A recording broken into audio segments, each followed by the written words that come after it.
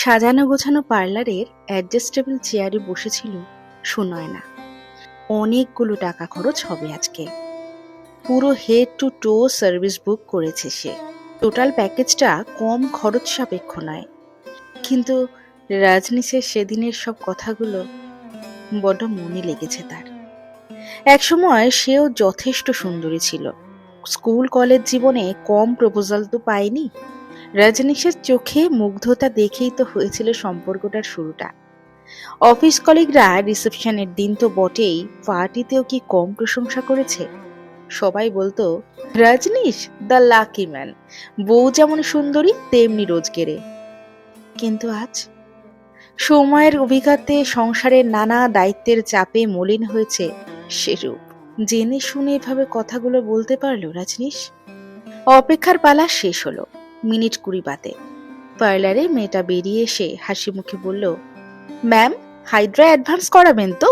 Deep clean করে দেবো স্কিনটাকে। গ্লো দেখলে একেবারে চমকে যাবেন। ঘাড় নাড়ল সুনয়না।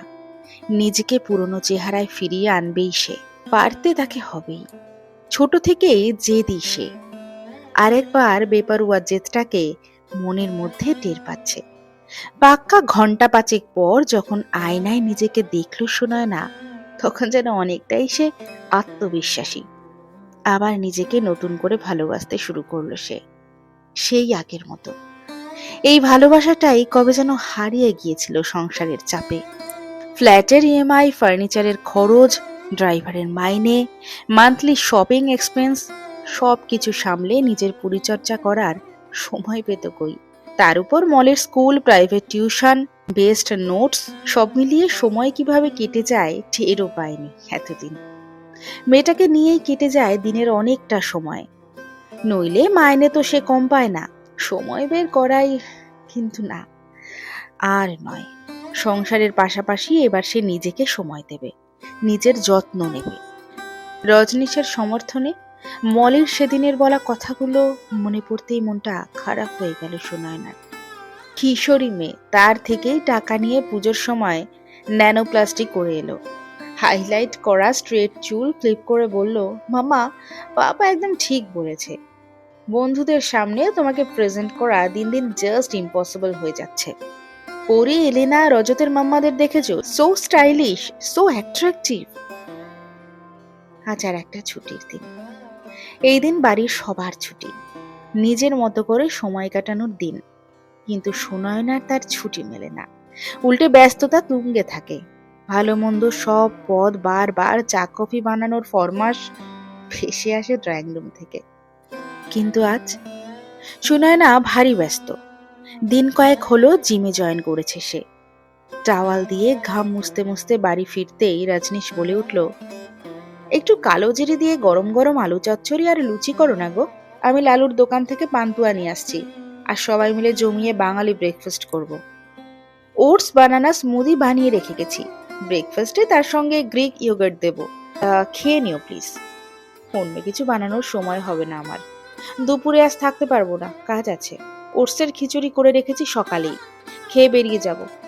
তোমরা বরং নিজেদের পছন্দ মতো খাবার ফুড অ্যাপ থেকে অর্ডার করে নিও। রোববার তুমি কোনো স্পেশাল প্রিপারেশন করবে না? লাইক চিংড়ির মালাইকারি বা পালং মেথি চিকেন? ফোন ঘাটতে ঘাটতে বলে উঠল মলি, উইকেন্ড মানেই তো তুমি কিছু স্পেশাল রান্না বান্না করো। এখন থেকে অতটা সময় দেওয়া সম্ভব না। স্পেশাল রান্না করতে হলে হাতে হাতে হেল্প করে দিবি, তাড়াতাড়ি হয়ে যাবে তাহলে। বয়স তো বড় কম হয়নি। হেসে বলে উঠল সুনয়না, আমি কিচেনে যাব? হাতে খুন্তি নাড়বো? পাপা মামা কি বলছে দেখো। She is crazy. তুমি বরং নামি রেস্তোরাঁ থেকে কিছু বাঙালি রান্না অর্ডার করে দাও না পাপা। উইকেন্ড বলে কথা, সোশ্যাল মিডিয়ায় আপলোড দিতে হবে তো। ট্রিনা, পাপিয়া, এলিয়ানাদের থেকে পিছিয়ে পড়লে চলবে নাকি? মানডে কলেজ গেলে হাসাহাসি করবে। মাটন বা চিকেনের একটা স্পেশাল ডিশ অর্ডার করতে ভুলো না যেন, ইটস ইম্পর্টেন্ট। বিরক্তি মুখে রজনীশ বলে উঠল, খাচ্ছিল দাদি তাঁত বুনে, কাল হলো এরে গরু কেনে। অস্ফুটে বললেও কথাটা সুনয়নার কানে গেছে ঠিক। গম্ভীর মুখে বলল, কি বললে? বিয়ে করা বউয়ের আলটপকা আচরণে রজনীশ বিরক্তই ছিল। বিরক্তি গোপনের কোনো চেষ্টাই করলো না সে। গম্ভীর মুখে বলল, এখনই কানে যা শুনলে তাই। হাতি যতই মুখরোচক খাবার দাবার ছেড়ে ডায়েট করুক, মশা হয় না। তোমার এখন যা চেহারা হয়েছে, জিম টিম করে কিচ্ছু হবে না। ওসব চেষ্টা করো না। ছুটির দিনে একটু ভালো মন্দ রাঁধো দেখি, বাপ বেটি খেয়ে বাঁচি। ছুটির দিনে বাড়ির খাবার ছেড়ে রেস্তোরাঁর খাবার কার ভালো লাগে? উত্তর দিল না সুনয়না। মুখ লাগলে অযথা মুড বিগড়বে। বিউটি ম্যাগাজিনগুলোতে সে পড়েছে, রিল্যাক্স থাকলে স্কিন কেয়ার বেস্ট হয়। সময় মতো বেরিয়ে পড়ল সে। আজ তার চোখে জল নেই, আগুন আছে।